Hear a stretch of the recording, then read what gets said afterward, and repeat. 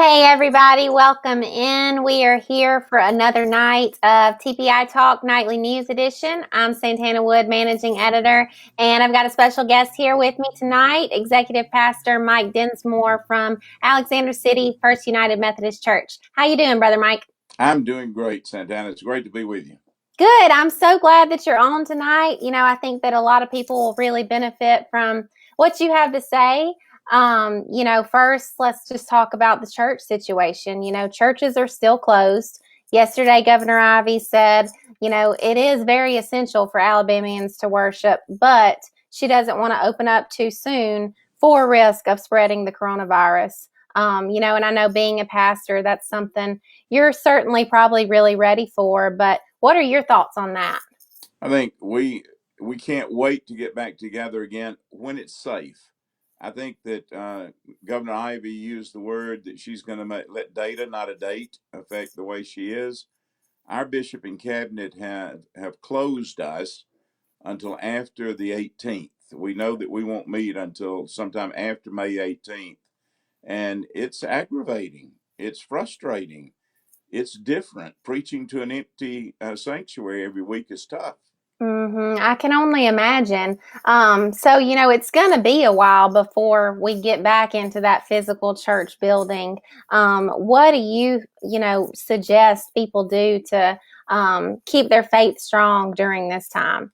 Well, what Barry Dunn, the lead pastor, and I have been doing is we're encouraging people to watch our live streaming that we're doing from our Arbor campus and our Trinity campus, and to gather their children around, or gather their loved ones around, or gather the members of their family around where they are not doing the social distancing, listen to the message, sing the songs with us, and then spend some time teaching the children what the principles were that were shared in that message that day. I really think that we're going to prefer getting back together because we haven't been able to do communion. But I really think it's been a time, if people take advantage of it, where they can really be authentic with each other in an atmosphere of faith, and parents teach children. Definitely, and a time, for religious people to read the Bible more, just focus on their faith more at home and focusing on that worship. Tell me your thoughts on drive-in church. What do you think about that?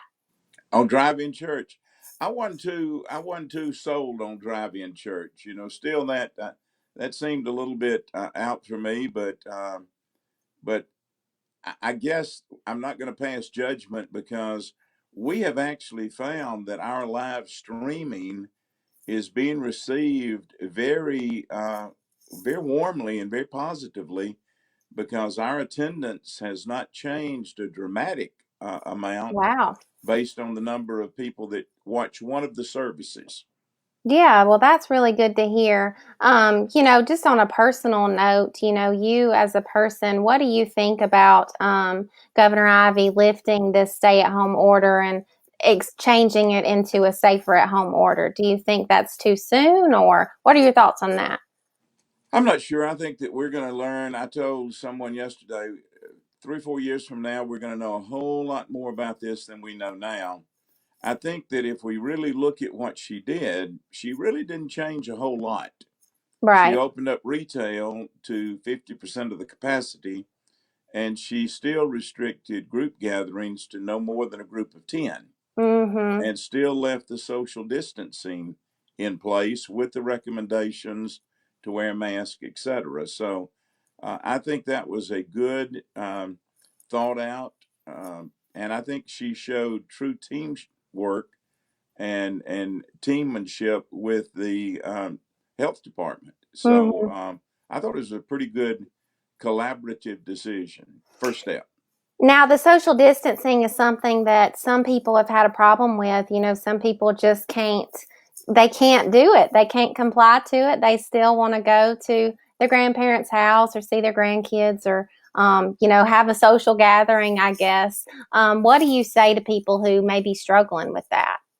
Well, I say that I've talked to a couple of doctor friends who have actually worked with some of the patients who have died from coronavirus, and it's not a pretty death, and it's dying alone because there's no treatment, because there's no inoculation.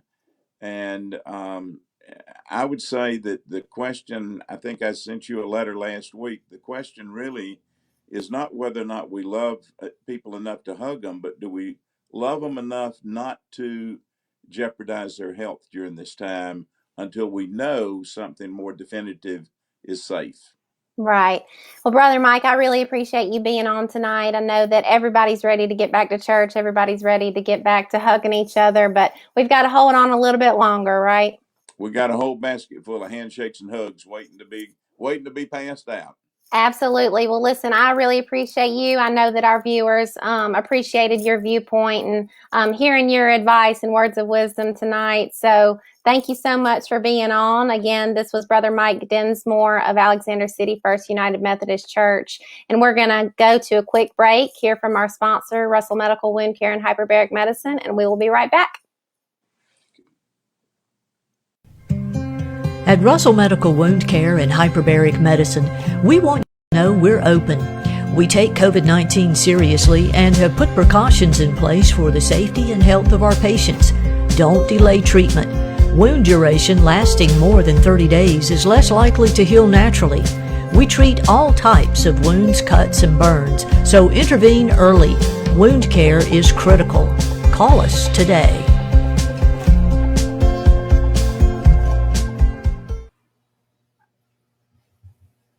Hey, welcome back, everybody. I'm Lizzie Arbogast, sports editor here at Tallapoosa Publishers, alongside Santana Wood, managing editor. Again, we want to thank Brother Mike Dinsmore for being on with us this evening. I definitely feel him when he says that he's got some handshakes and hugs waiting, because I'm a hugger, so I know what he's talking about for sure.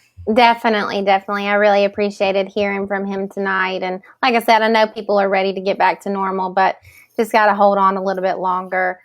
We do want to give y'all an update tonight on the latest numbers from Alabama Department of Public Health on the coronavirus cases. As of tonight at 6:40 p.m., there are now 6,904 confirmed cases of COVID-19 in Alabama. That's an increase of 154. Which is good news, lowest one-day increase since April 18th. So we want to show you again that curve graph that we created here at Tallapoosa Publishers. It is sort of showing that hopefully the curve is, continuing to flatten and continuing to be on its down curve. So that we're hopeful that that continues. And like Brother Mike was saying, I think with Governor Ivey not changing too much, I think that we will see hopefully that number continue to go down each day. As long as everybody sticks to the social distancing guidelines and, it's not a time to slack up, basically. Yeah. Here in Tallapoosa County, we've got 280 cases, which is an increase of 1 since our last show. Still 17 deaths because of COVID-19. Coosa County, we've got 31 cases, which is the same as last night. Still 1 death in Coosa County as well. Elmore County also saw small increase of 2, now at 84 cases in Elmore County, with 1 death still there. So we did want to talk, it's been a while since we talked about that per capita rate. A few weeks ago, the Alabama Department of Public Health put out sort of a comparative category. If each county were to have a population of 100,000, what would their number look like? Tallapoosa County still is second in the state, and that rate is now at 639.6, which is second only to Chambers County at 881.1. Yes, and Coosa County's rate is 290.7, and Elmore County's rate is 103.4. So that is per 100,000 persons, as if that county population was the same across the state. Yeah, so I wanted to give you guys kind of an update there. As much kind of numbers that we can give you, I think is a good thing, so that you guys can, rely on us to make sure that you're getting the most updated information. Here in Alexander City, the mayor, Tommy Spraggins, is asking department heads to cut their operating budgets by 5%. the city was in good shape prior to all this happening. Then obviously the coronavirus set some things back, and then there is a huge price tag most likely for the storm that came through. Still hoping to get some FEMA funding, but it's hard to say right now, obviously, if that's going to happen or not. So they're just trying to cut costs while they can. Definitely. And you can read more about that in Wednesday's Outlook as well. Also, there will be a one-day drive-through test site in Goodwater at the Goodwater Gymnasium on Thursday. It's going to be hosted by the East Central District of the Alabama Department of Public Health. And this is for people who may be experiencing symptoms of COVID-19.